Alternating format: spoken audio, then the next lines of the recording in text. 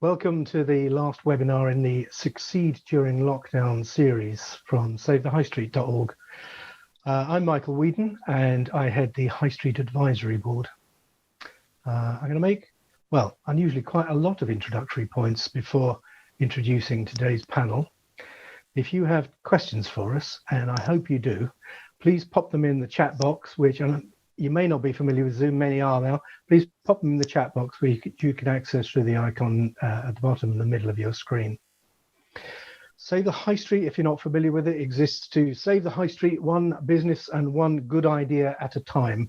And if you go away today with just one good idea, we would count that a success. Between Arcadia and Debenhams, the news from the High Street this week is grim.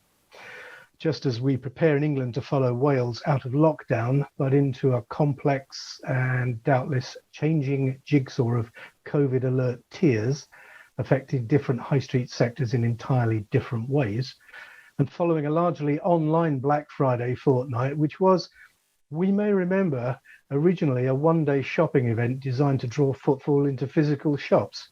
And I seem to remember a video of wrestling in the aisles of supermarkets for TV sets as a new entertainment, but that was probably 10 years ago. For good measure, many of us are receiving letters from the government at the moment calling for us to prepare for Brexit in just over 4 weeks' time, the final details of which are still unknown, but we have to do our best. But life will go on. There are still more than 66 million consumers in the UK ready to buy. Christmas will happen in one form or other. The pandemic will eventually come to an end in some fashion or other at some time, and the high street will still be there to serve consumers. What it will be like, we will find out next year. Now, over several months this year, Save the High Street surveyed 1,500 high street businesses as the first lockdown, remember that? Many thought also the last, came to an end. High Street's prepared to relaunch, and we carried on collecting data right through as summer turned to autumn. In particular, we asked them a whole group of questions. We asked 70 questions. So we got a huge amount of data in the responses, but here are some of the highlights relevant, I think, to the very broad area of marketing and addressing your markets, which businesses need to be considering. And we are looking at a very broad approach to marketing today. We've done selling, we've done other issues like costs and people and so forth. 1 in 4 businesses were cross-promoting with other local businesses on social media. The same proportion were collaborating locally. Only 1 in 5 were not working in any way with other local organizations or businesses. And this might well come up later, this collaboration, working together, stalking each other, supporting each other, quoting each other, reposting. Nearly half had put time into working out what their unique selling propositions were. And a quarter had communicated those through social media. Only 1 in 5 had not done anything in this area. A third were offering or developing own brand products, and slightly more were offering services they hadn't provided before. A third had focused their offerings on the socially distanced new normal. Phrase rather overused, but we're going to use it here. And 4 out of 10 had redesigned their store layout. Simple thing, but of value. Only 1 in 12 had done nothing of the type. 55% were using social media marketing, something which we're going to come on to very shortly. A third were using social media content scheduling to make it a bit more manageable. 3 out of 10 were marketing by email. Most of those were sending out an email newsletter on a monthly or a weekly basis. 6 out of 10 reckoned they already offered exceptional customer service and exceptional product knowledge continued. Only 1 in 5 had taken on none of the things we asked about. 1 in 6 had posted video updates about their team or their outlet or their products, but 3 out of 10 had done none of these things. While I will get to the end of this list eventually, we're nearly there. While 1 in 5 were selling gift cards, only 2.5% were listed on voucher sites, which is something which is going to come up in the conversation. 15% had either a digital or a physical loyalty scheme, and half weren't doing any of those. Back on the street itself, a quarter were offering click and collect in store or at the curb. More than a quarter were offering local same-day delivery. 1 in 7 offered reserve times for customers to visit. Another quarter had done none of those. More than half had updated their shop window during lockdown, and almost exactly the other half planned to do so afterwards. 1 in 10 had altered their opening hours. So it'll be interesting to see how many small businesses take up the government's option to open 24/7 between now and Christmas. In terms of marketing spend, though, a quarter were planning to spend nothing. A third up to £100 a month, and 1 in 5 up to £500 a month. 1 in 8 hadn't made their minds up. Only 1 in 6 planned to spend above £500 a month. So the picture of what high street businesses had done, were doing, or might do is very patchy. None appear to be doing everything. Quite a lot have done nothing. But the range of options available right now, things they can do, is huge. We can't attempt to address all of them today, but we can look at some mainstream ideas, and we can look at some which are distinctly not so, for balance. So now I'd just like to ask our panelists in order. I'll name them and ask them to unmute themselves, just to unmute and tell us who they are and where they're from, without going into the detail of what they're going to talk about later, because I'll make sure that comes out. And in first name alphabetical order, they are Alex Schlagman.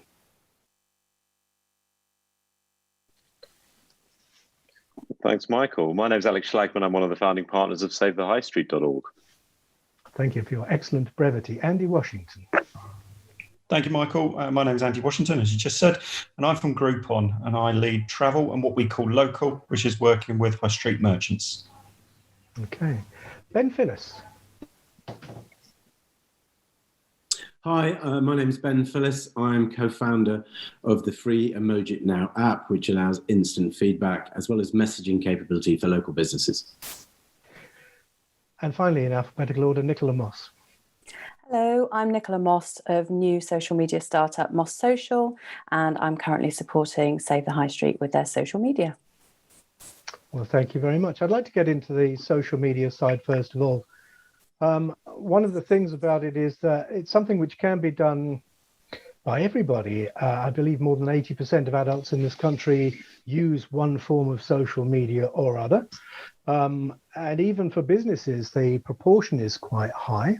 It's something which could be done possibly not ideally, very cheaply or free, or more expensively, rather effectively. One of the interesting things we found this week, though, and what's going to be really fascinating as we come to relaunch is this. Maybe the social listening company who tracked the statistics for social media very closely showed very clearly that with the first lockdown, the percentage of businesses posting online fell off a cliff.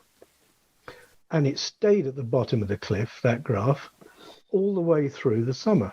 And it's never really recovered. So arguably, at the point at which we should be promoting ourselves to our consumers, we stopped doing so.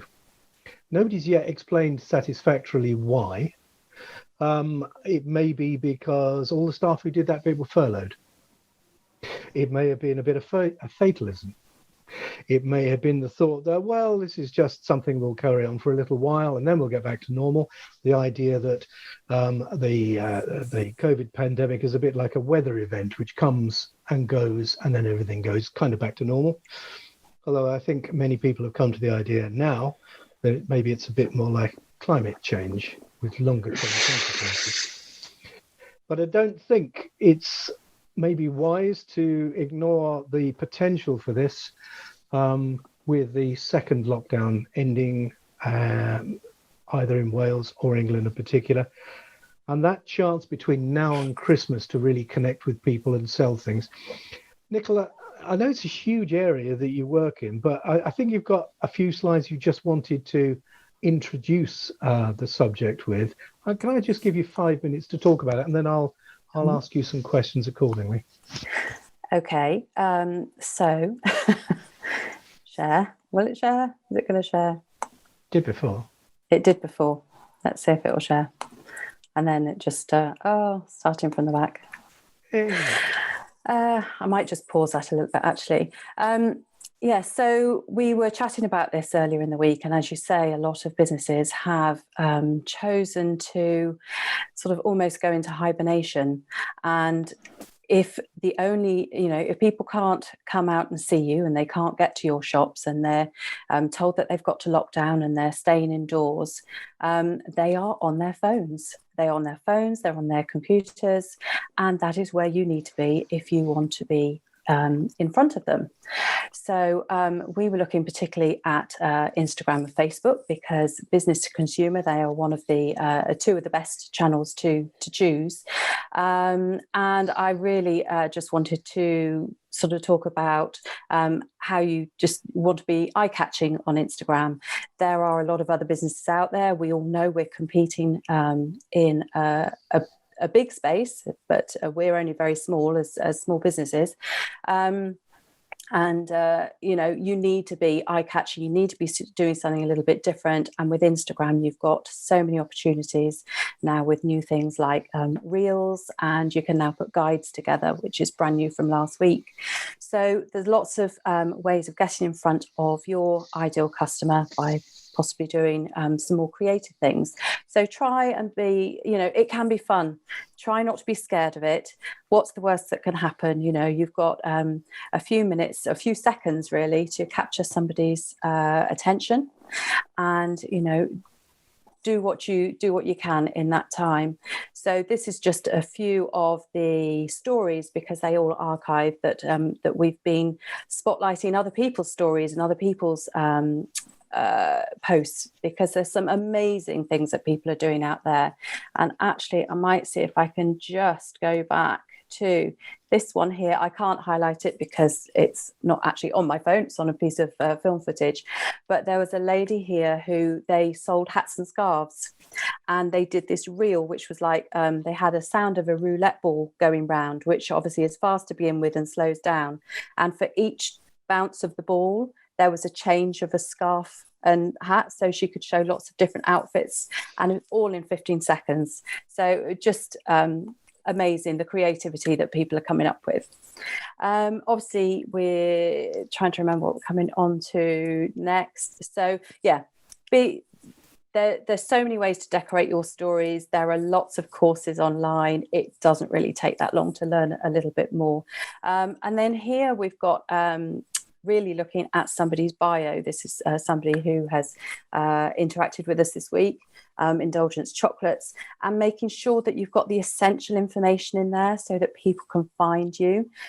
So you'll see they've got their website in there. So if the website is where they can book order things from you, perhaps you're doing click and collect, you can pop them on there. Obviously they've got their location and a little bit about what they do so that they're easily found.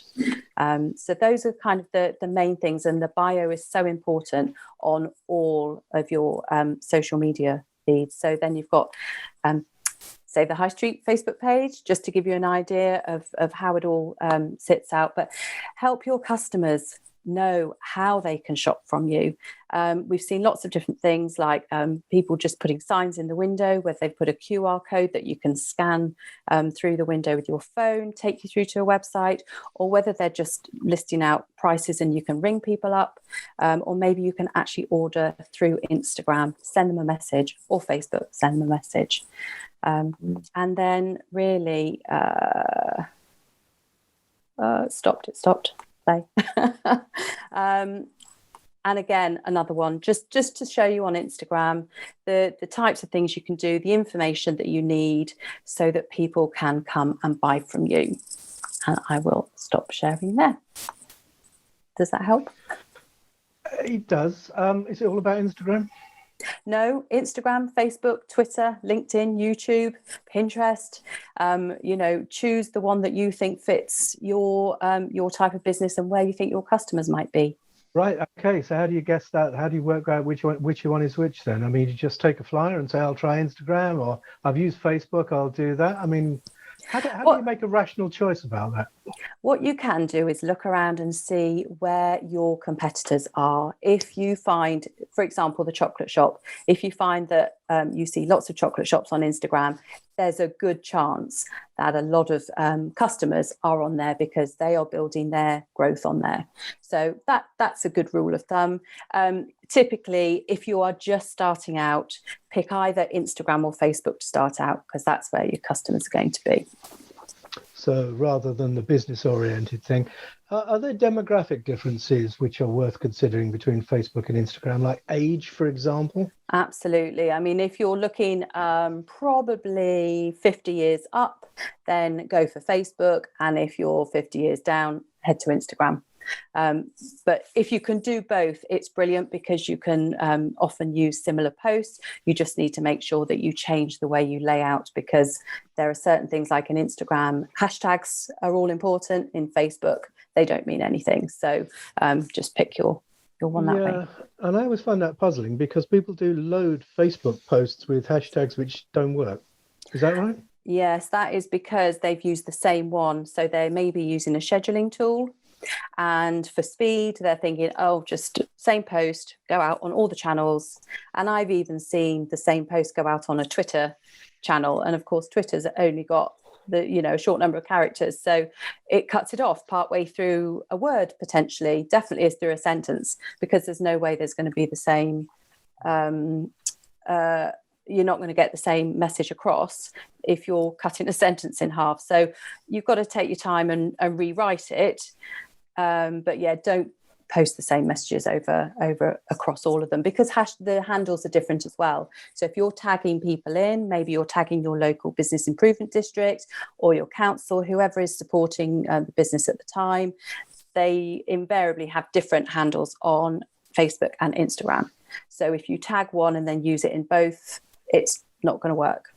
So a couple more minutes is worth time. I mean, I do a bit of posting for a local festival, and I was told by several different people the frequency at which you should post is critical. And some people said every day, and other people said, no, every day is spamming, don't do every day. And other people say, yeah, every 15 minutes. So, does anyone actually know what's effective there? Are they all just guessing? I think there's a certain amount of guesswork in there. The key is to be consistent. So if you've chosen to post every day, then make sure you continue to post every day. If you're doing it every other day, I mean, for example, with the Instagram feed, you've got the feed doesn't need to be filled in as often as, say, a story, because the stories all line up along the top line. So that's what people see initially. And arguably, it's better to put more information in the stories. The feed sits there quite happily, and then the stories are a good one to keep topping up. But the story. If I could just jump in, Michael, and just comment on that. I know this isn't my area. Even the biggest corporate global businesses are still learning about social, and that's a really good point that you make, because they're learning and they have so much more data than a one-man band on the high street. But there's things that we can start to see and start to share now. What I see is exactly what Nicola was talking about there, about different generations. Facebook is dead to anyone below 25. It's just don't go there anymore. But now, all of a sudden, those years between starting a social media and it becoming scalable is going quicker. TikTok is now coming to market and starting to become a retail platform. And there are more people under the age of 25 now start their shopping on Instagram than Google, which is a huge change, using a social media platform to start shopping. But you're absolutely right in terms of the generational changes. But that data is now starting to come through that we can understand those things. But it's very, very complex. And if a high street shop or an independent retailer cannot get into that level of data at the moment, it is available. You can ironically get things through Google Trends and things like that. But working with your providers and your partners is really starting to understand exactly where are they coming from. Social media doesn't tend to get tracked as a marketing channel by even the bigger businesses, but the ones that are doing that now see a real benefit, not just short term, particularly through the pandemic, because people are listening to more people now and buying locally, but also long term, because it's not your traditional pay for a keyword on Google that you can see the return imminently. It tends to be outside of a 60-day cookie, as we call it, on how you're tracking it. And lots of people have ignored social media. It's actually far more important than anyone ever realised. Mm. Alex, can I bring you in there? Because, I mean, we've done a fair amount of work in localities with councils and so forth. To what degree do you see businesses collaborating on social media? Because, you know, repostings and commenting and things like that, as Nicola terms it, stalking in some ways as well, it's quite a good interactive way of doing it. It's just all about the social and the connections and so forth. Do you see that actually happening? Our figures kind of suggest it is, but maybe not. Yeah. Good. I mean, it is, but you know firsthand as well, Michael, you know, we push this very hard because it is a no-brainer. You know, if you've got neighbours around you that are offering, you know, non-competing products to complementary audiences, you know, the two of you sharing your audience on social media is one of the most, you know, obvious marketing, low-cost activities that you can do. And people in a local community like to see their local businesses working together. There's a kind of nice, warm, fuzzy feeling. It's like the high streets come together, you know, to support and be there for their customers at, you know, this absolutely, you know, critical time, you know, for local communities in a much broader sense with everything going on with the pandemic. So when they see businesses, you know, that are sharing, you know, each other's offerings, and, you know, they're sharing, particularly when there's a little bit of consideration around what they're sharing and why, not just a sort of random repost or share. There's actually a bit of a focus that this coffee shop and this salon actually are doing things together because they can see that they are, you know, complementary businesses all working together to make their high street work. It's seen as a good thing. I mean, the other things that are no-brainers, and Nicola touched on this, was business improvement districts, local authorities, but actually there's a lot of other, you know, less formal constituted partnerships in most areas, you know, whether it's a traders association, a community group, a community interest company, you know, local media company, you know, just that individual that's always been there, that's really part of the fabric of the local area, you know, how you basically, you know, work together and collaborate as much. Oh, sorry, guys, I got cut off there for a second. Can you still hear me? You've got a lot of this today. Don't worry about it. Press on. No, that's fine. I'm seeing to this is the story of my day today on a number of these calls. But yeah. So I do think, you know, there's more that can be done, and, you know, as you know, Michael, every area we go into, and we're really pushing this, we always see that there's more that can be done, and it's always a net positive when we see more collaboration happening on social media. I do think, just with a sort of lens on where we are right now, with this week, you know, we're in a situation where in England, you know, there's a lot of places that are coming out of a national lockdown into tier 2 and into tier 1 even. And so we're in a situation where, you know, I do very much agree with Nicola's points early on that, you know, even when people were at home in a full lockdown situation, we're still on our phones, we're still in front of our computers. It's a great opportunity, social and email, to keep that communication, that relationship going with your customers through the lockdown period. And we've been pushing that, you know, clearly, very purposefully within the community. But now we're in a situation where we are, you know, we're in a world where people are coming out again, and people are going to be going out again, and people are going to be spending some time in the old-fashioned way out in the real world, you know, with a bite to eat, with their friends out locally. So, you know, we've got a situation now where I think there's really good content opportunities in social media for local businesses to really get involved and really provide some really good news, positive stories about people really enjoying themselves in the real world. And there's also some really kind of tactical opportunities for local businesses to connect with people when they are locally, whether they want to use the advertising platforms that are out there to geo-target people locally when they can see that they're actually in proximity of their local business, providing them with compelling offers to come into the store, or into the salon, or into the restaurant, or whether they're even doing things more organically, whether it's sort of jumping on hashtags locally and really tracking people who are in and around the proximity, and getting involved in the conversations with people who are not sitting at home anymore. They're on the high street and they're really looking for something to do. Thank you. The feedback element's quite important. And you mentioned warm, fuzzy feelings. And at that point, I want to bring Ben in, because you're all about warm, fuzzy feelings, I think, and feedback. You want to just take the screen for a little while? I think you'll be attempting to share as well. So this should be fun. Yeah, unfortunately, I think my internet connection is going to restrict me from sharing. But I'll definitely go on and talk about the app. But I'd like to just touch on a bit of what Nicola and Alex have already said. I think choosing your platform is absolutely key, whether it's Insta, Twitter, or Facebook. I've been in West London for quite a long time, and actually finding out what the local businesses are doing on Instagram is a great way. I think it's probably better than Twitter, because I think I associate, and I think a lot of people do, Twitter can be quite a ranting platform.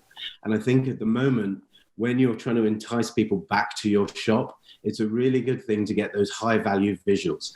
Get the high value visuals, what you've got on offer, how you're doing it. And actually, I think it's also really important to stress what you've done to ensure you're doing the social distancing, what you're doing to make sure, it looks hygienic, that it looks safe, that you're enticing people back in there.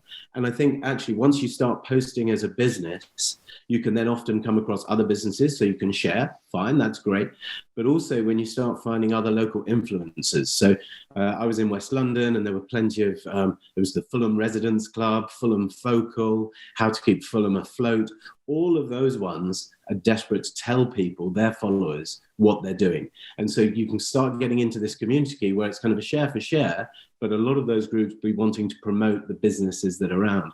And I think the more iteration that people see, and Instagram is really good for that, just because it's so visual, then I would really recommend keep posting, as well as keep finding those influencers, because everyone wants to shop, is my experience, and everyone wants to support local. Just letting them know what's there, what your opening hours are, and why you're still around. And actually, I think a lot of people are quite happy to accept messages that also say, help us continue, help us adapt, keep us in business. Because I think, yes, a lot of people may have been shopping online, but a lot of people do want their community to keep working, because a lot of people see that as a real kind of, real heartbeat of the local community. And the other thing that Nicola mentioned, which is really interesting, I think COVID has also been it's been the renaissance, I think, of the QR code. They had all but disappeared in my world.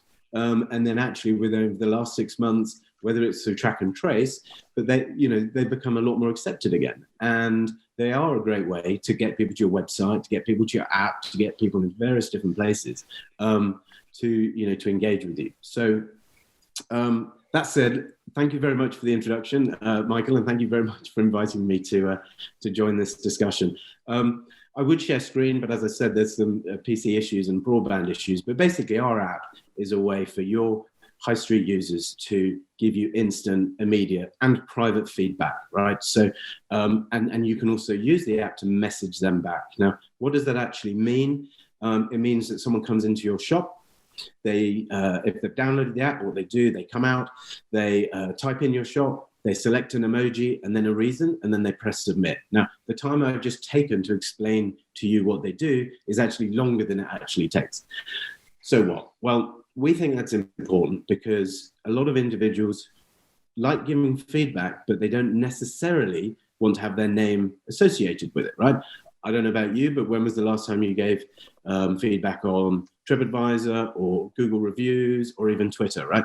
A lot of people don't want their name necessarily associated, but it doesn't mean that they're trolling. They just are quite private. So this app enables people to do it, enables them to do it privately and instantly, and it only takes a matter of seconds. Okay, so what? So what's in it for the businesses? Well, what the businesses do, they can get instant alerts about when they've had that feedback. So if the service is bad, if the service is great, so be it. They'll be pinged immediately so they can act and react immediately. They can try and fix the issue right there and then. What they can also do through the app is send messages to the groups of people who have given them feedback. So again, it's private. I won't necessarily know who the individual is, but if they've given me a great review, I can say thanks very much. Or I can say thanks very much and please show this message when you next come and I'll give you 10% off. Or I'm really sorry you were disappointed. I'll give you 20% off. Just show this message and I'll give you that discount. So again, it's not just about a dumb terminal pressing emoji. It's about a terminal in your handset, which is clean, of course, because it's hopefully your handset and it's clean. You give the feedback and then you can start getting a dialogue and maybe even offers back. So we think that's really important because it's private, it's instant, and it can start a dialogue. Now, that's great, but it also, for the businesses, starts giving you data. Why is Tuesday always better than Wednesday? Or is it Thursday afternoon that's better than Friday afternoon? So what? Well, you know the so what because you also get the reasons for it, right? So you can then start looking at, is this a trend or was it a one-off? What do I need to change? Who are the staff that I need to really make sure I keep because they're doing a fantastic job?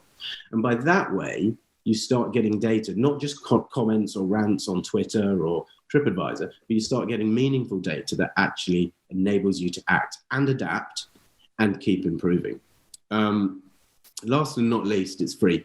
So, all you need to do to activate this is, get in contact. I'll set you up. We'll set you up, and we can also give you a bespoke set of reasons, right? So if it's the 10 reasons that you think are most important to you, fantastic. You can have people just give that feedback. And what I would say, last but not least, is it works so much better as part of a community, right? So if there's a particular high street that wants to improve, that continually wants to improve, the more people on that high street that then promote getting the feedback, particularly through this app, then they can then start, if they've got QR codes, say on the windows, people can download it. So they're going to shop A, they can give feedback. They're going to shop B, they can then give feedback. And I think that's quite different to, say, having emoji terminals. An emoji terminal, you might have one in one shop, but it might be the only one on the high street. By doing that, all of the shops on the high street could start getting more insight, more data, and more of a dialogue going. And because it's on your mobile, you can do it all through your mobile. You don't have to wait to get back to your PC in the evening to then deal with things. So again, thanks very much for asking me to join. If you want any further information, get in contact. I'd be really, really happy to help you.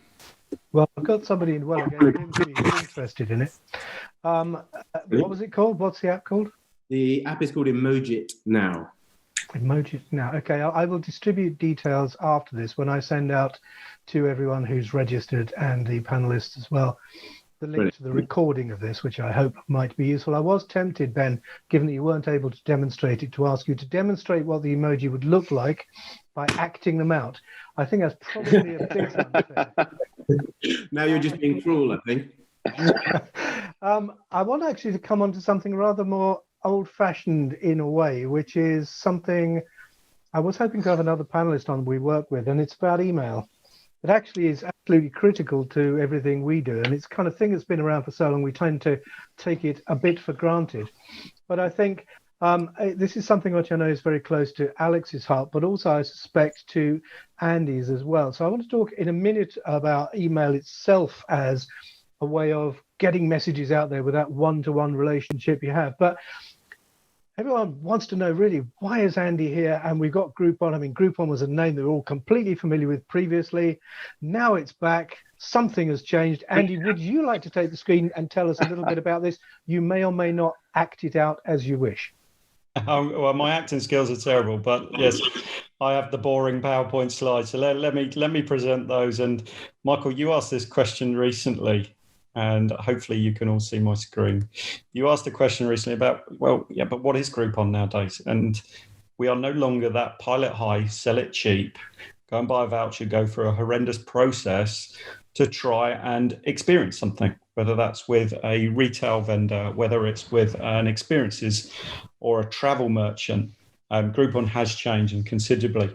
And our focus pre-pandemic has been very much about working with local merchants. As a business, over 34 million customers. We're a top 5 e-commerce brand. We have 5-star app with over 200 million downloads. 50% of our customers have been with Groupon for over 3 years. 75% of our transactions come through mobile, and over 1.5 billion transactions per annum across 1 million merchants. So with large scale, and you could look at us as a big global e-commerce company, but the fundamental part of our business is the local merchants. We have refocused to make sure we are all about being a marketplace, giving merchants that opportunity to have distribution and to get out to customers. And particularly through the pandemic, that's been brilliant for us as a business, but brilliant for merchants. Across Europe, we got over 6,000 food and drink businesses, and nearly 3,000 home and auto businesses, over 2,000 retailers, and nearly 15,000 leisure and live businesses. plenty more across travel, plenty more across our goods business. What we found is a lot more merchants starting to come to us now because we have some great new self-service tools, or can still talk to our sales reps who can engage and also then coach and help merchants with tips, tools, and ways to get out to customers. So that commitment to communities, to the local merchant, has been a big fundamental part of our marketing, but also our strategy. We are nothing without local merchants. That's the hub of our proposition. That's our customer proposition. And in early through COVID and all throughout now, we've seen our Help Save Local scheme badging on our sites.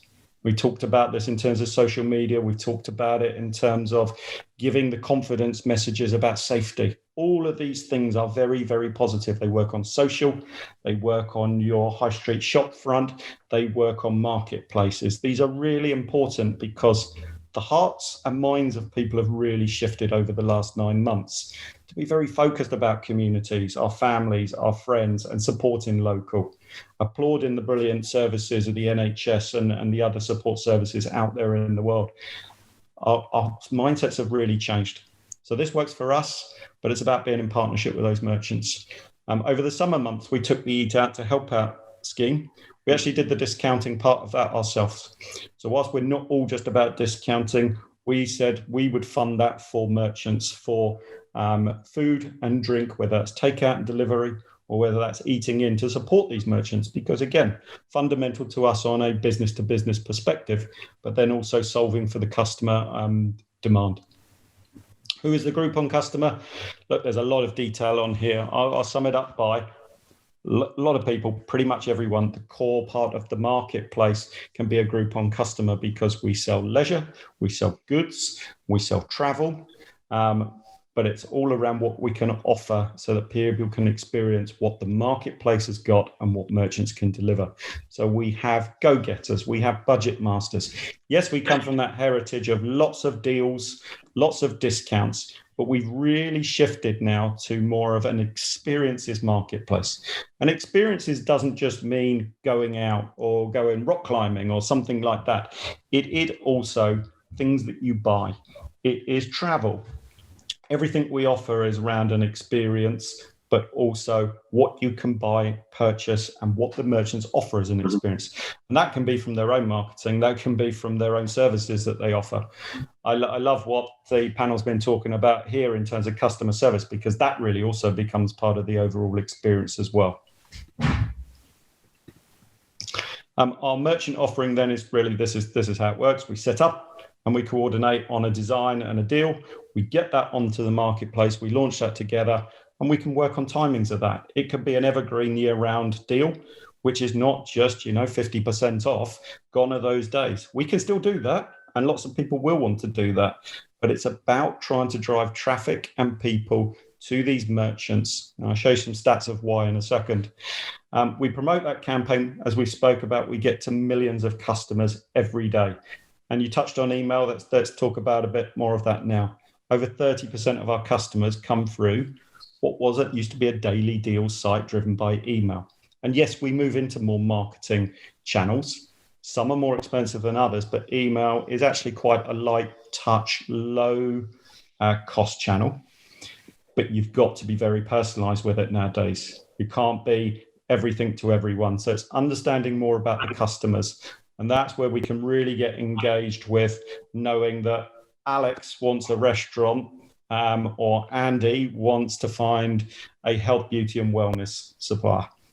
So we're about matching our customers to the supply and demand. All the basics of what we all do, matching supply and demand every day.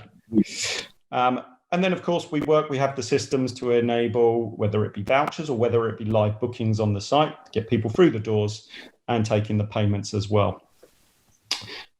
We go and do, obviously, all the promotion. We do all our marketing, the emails on Google, branded campaigns. We do lots of individual business features in emails because it's about our top merchants or repeat and engagement. And we can also do lots of other things around on-site promotions and activities. I think fundamentally, though, and I'll end on this slide here and then sum up, merchants that work with Groupon see 86% of the customers wouldn't have made a purchase without finding that business on Groupon. So a great acquisition channel, but also great for retention. Now, this can be direct with the merchant. It could be direct with Groupon. We're both in this together. 79% of customers have returned or intending to return in coming months. So Groupon, yes, used to be pilot high, sell it cheap, daily deals. We are now an experiences, leisure, retail marketplace. We are there to support the local communities and the local merchants and give them a distribution channel to get out to market. I particularly wanted you to come along because when we were talking about vouchers and email, it's in some ways something we've worked with in the past. But I'm a firm believer that before we do our thinking outside the box, we really should have done all the thinking inside the box, which was necessary in the first place. Alex, I think that you are a great advocate of email. That direct connection rather than an indirect through the ways which Nicola was describing earlier. I don't think your enthusiasm for this has waned, has it? No, I mean, just to pick up on a couple of points there. I mean, I believe there's lots of opportunities across all the different sort of marketing channels there. But I think with email, if you've already got an existing email database that is. And we've lost Alex. No, he's back. I'm back. Apologies. Yeah, no. Yeah, exactly. I mean, just as I start talking, of course, another phone call comes in. It has to be the way. No, so it's if you've got an existing database already and you have opt-in on that database, then even if you're not going to be massively sophisticated, and Andy mentioned about personalization, and yes, we can talk about ways to optimize email, but actually just communicating with your audience through lockdown, and particularly now that we're coming out, what is going on, how you're feeling, what's happening in your business, what are the reasons to come back, remind people about you. And yeah, if you've got an offer that you're willing to do, of course, there's a lot you can be said about tactical offers to actually incentivize people to come to your business and to come generally to the high street.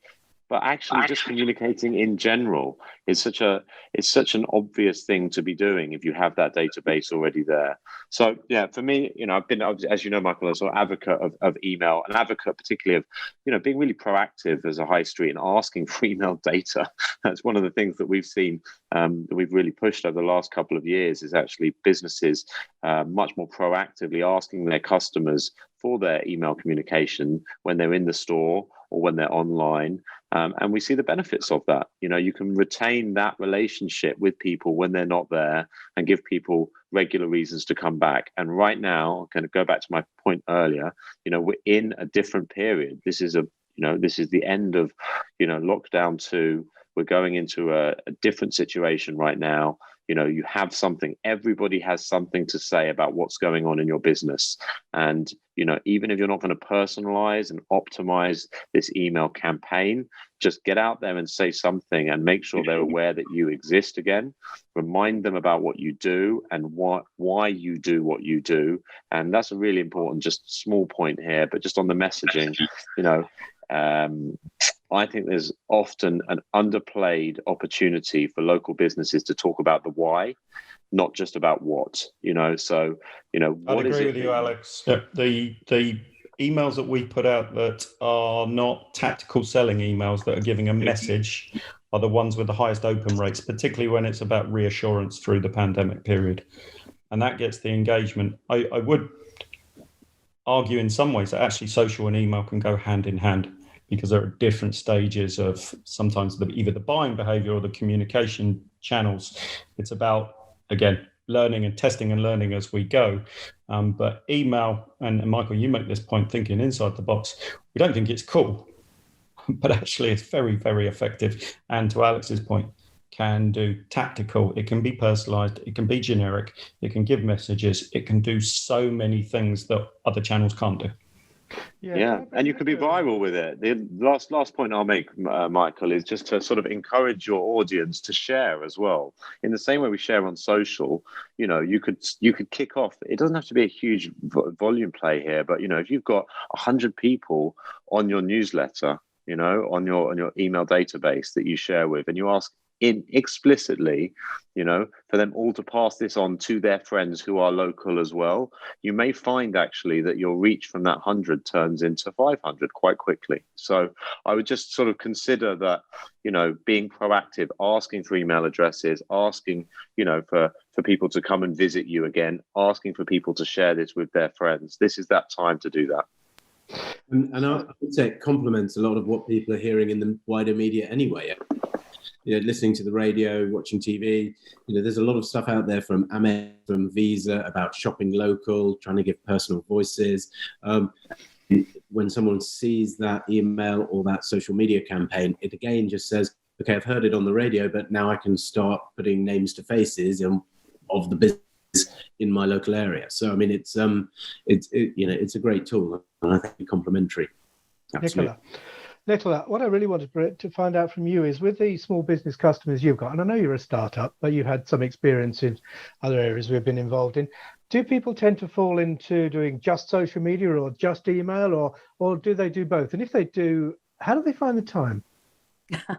Well, time's always going to be the difficult one, but definitely do both. I mean, where I mentioned before about having your website in your bio, what I've noticed some people doing is, if you're wanting to try and encourage signups, is you could maybe have, instead of your website directly, you could have, sign up here for an offer. You could have 10% off or something. And in that sign up, the idea is you collect the email address in return for the offer, so they can send you an offer. And then you've got that continual, because you're then landing in their inbox where they are looking. The customer has invited you in, and that's the great thing about email. But yes, definitely go hand in hand. And you always want to be trying to drive people back to your website by email one way or another, because you have to remember, as great as social media is for creating awareness, it is rented land. So if they change the algorithms tomorrow and you find that you can't promote organically to anybody, then you could lose your whole following. So the key thing is to try and drive them back to your business, whether it's a website or a landing page, but to make sure you have their contact details so you can keep in touch with them, whatever happens with social media down the line. I've noticed that this week, I don't know what's happened in the last week. It must be something called Black Friday, but my inbox suddenly filled up in ways which it hasn't for months, with businesses which knew exactly who I was, what I've been interested in the past. And I got to say, they were pretty accurate. There was very little tat in there, which was really in the wrong inbox. They nailed me completely. Their analytics are very, very good. I've got to ask you, Andy, with the way your systems work, do your Groupon users, the businesses, get to know their end user customers in the same way? As Nicola was talking about, this is an investment in your list of connections, as opposed to social media, which is rented land, as it were. Do they get to know who actually is interacting with them, or just the ones who actually buy from them?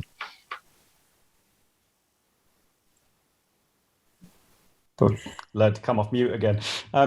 You're right on both counts. Look, we all e-commerce businesses now get access to more and more data, and there's that balance between being intrusive. And Michael, if we get it right, you don't mind those emails coming through because it's relevant to you. If you're bombarded with anything and everything 5 times a day and it's not relevant, then it becomes a problem.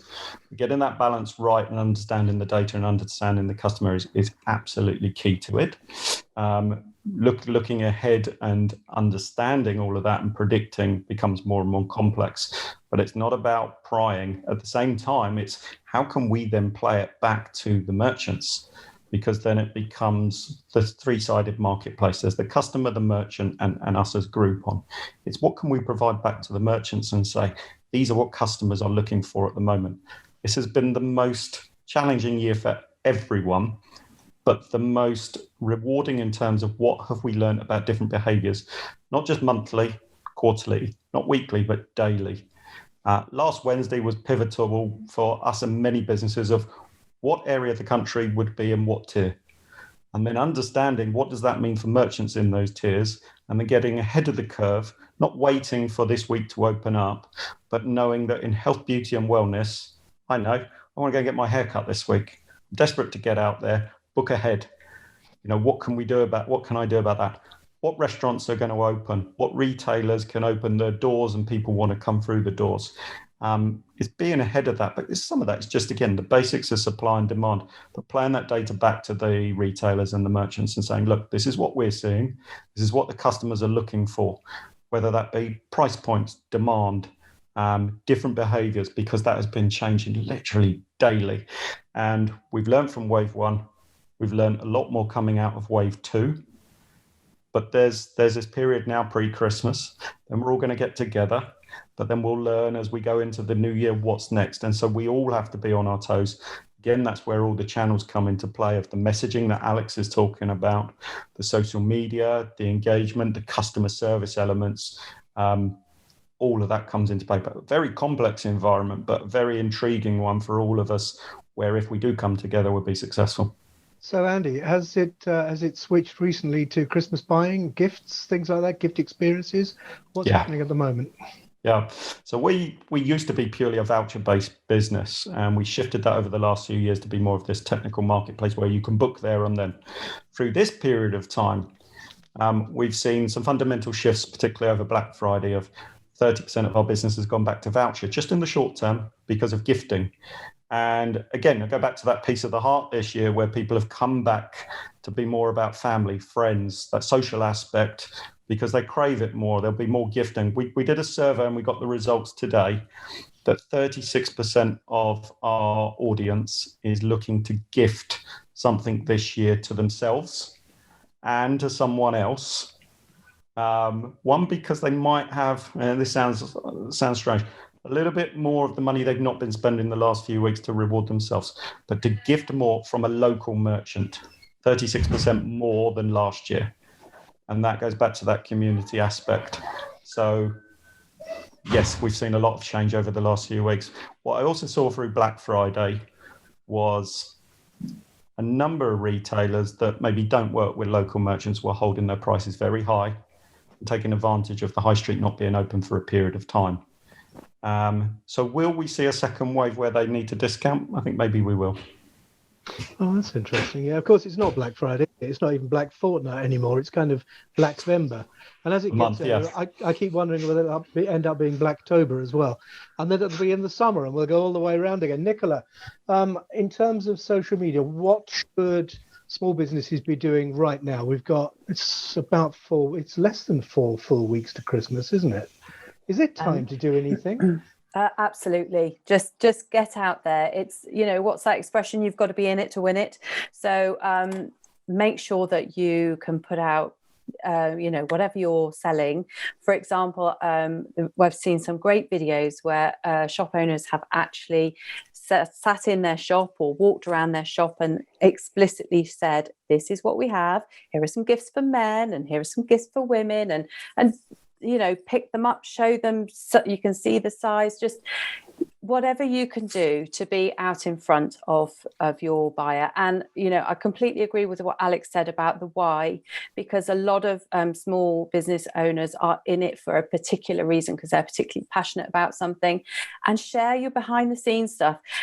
Try not to share all the bad stuff that's going on. Try and keep it positive and upbeat because that attracts people to you. So just give it a go, try and be creative, see what some of the other retailers are doing as well. And then it doesn't matter if you copy because what you're showing is completely original to you and unique to you. Yeah, I mean, the one thing which just surprised me, and it's really down to selling rather than marketing, was I think I picked up that Ted Baker were doing recently, which was having personal shoppers with a video conversation with a remote shopper. So you can phone in and talk to someone and they'll take you round the show and show you the clothes. And actually, they can ask questions and you can deal with all the things you might do in a shop if you can get someone to talk to in a shop, of course, anyway, which is sometimes a challenge because they're so busy. But anyway, face to face, let's discuss the thing. Let's show you the product as an alternative. I'm surprised I've seen less of that than there is, given just 94% of adults carry smartphones. These things are possible, aren't they? I wanted to come back, as I may. We're into the last 5 minutes here. with Alex, I mean, you particularly with local authorities, you have experience about the reopening of high streets. We've seen everything locked down again, but now suddenly about to be released apart to the extent if you're in tier 3, which I'm in a tier 3 area, which is bizarre because it's all countryside around here. About opening up and what businesses should be doing. We can't have late night shopping, Christmas events. They're just not going to happen at all this year. It's been a standard where we are. But what you're seeing and where you think we're going to go, let's think beyond Christmas. And we know there'll be the Brexit stuff, and that will be whatever it is. But looking beyond that into a spring and a summer when we'll hope, and it's nice that we've got a bit of hope for a change. So that light on the horizon is some vaccines and the gradual dissolution of this kind of pandemic grip that it has on the economy. As we come out of that, how do you see that high street working together? Because we see longer term changes, which may be accelerated, don't we? But are actually... They've been kind of emphasized, but they're really emphasizing things which were already. Where do you see this going now? Maybe for a year. Okay. So looking forwards, I mean, you touched on and bringing this back to one of the first points you made, Michael. You know, this has been a challenging week in terms of news for the high street. You know, Debenhams looks like a imminent liquidation. You know, Arcadia is officially in administration. You know, there's high-profile challenges facing the high street. But what we're going to see here is a continuation of this with national chains, whether they're retailers, restaurateurs, or other types of high street businesses playing out CVAs. So this is not the end of the road in terms of, you know, additional numbers of vacancies emerging on the high street. And what we need to look at here is not just about how do we stem that flow, but actually how do we encourage a new generation of high street businesses and growing local brands and growing local businesses to fill the gaps that are being left by these large national chains who are retracting from the high street, and make sure the businesses that are there are in the right places to serve the needs of that local community or the catchment area in which they're serving, and have the support that they need to make sure they can achieve their potential. And so, you know, we're definitely in the most transformational period in the history of high streets. And, you know, we're looking at a period where a lot of the brands that really defined what people thought of as high streets across the UK, the big national brands, you know, are not going to dominate the high street. So we're going to see an increasing proportion of small businesses and even new startup businesses versus large chains on the high street. And I think that's the first point.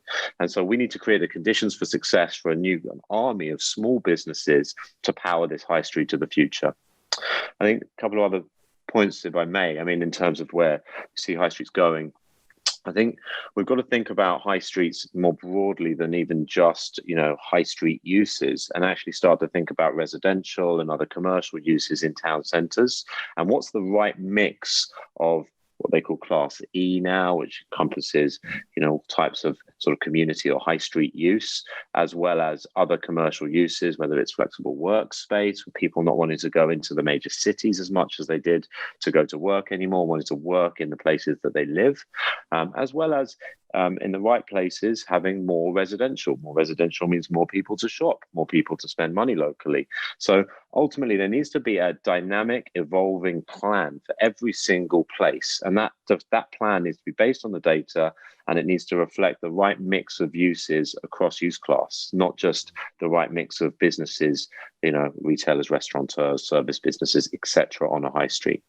A couple of other big things that really need to happen here, and, you know, obviously a big part of our DNA, so it's not surprising that we would talk about it, but, you know, we're really big believers that every single high street not just needs a plan, but needs a leader, and it needs somebody on the ground who's a local champion, has the support they need to really bring things together, whether there's an existing constituted partnership like a business improvement district, or whether it's somebody else on that high street that has the support they need to have the impact they want in the places that they love.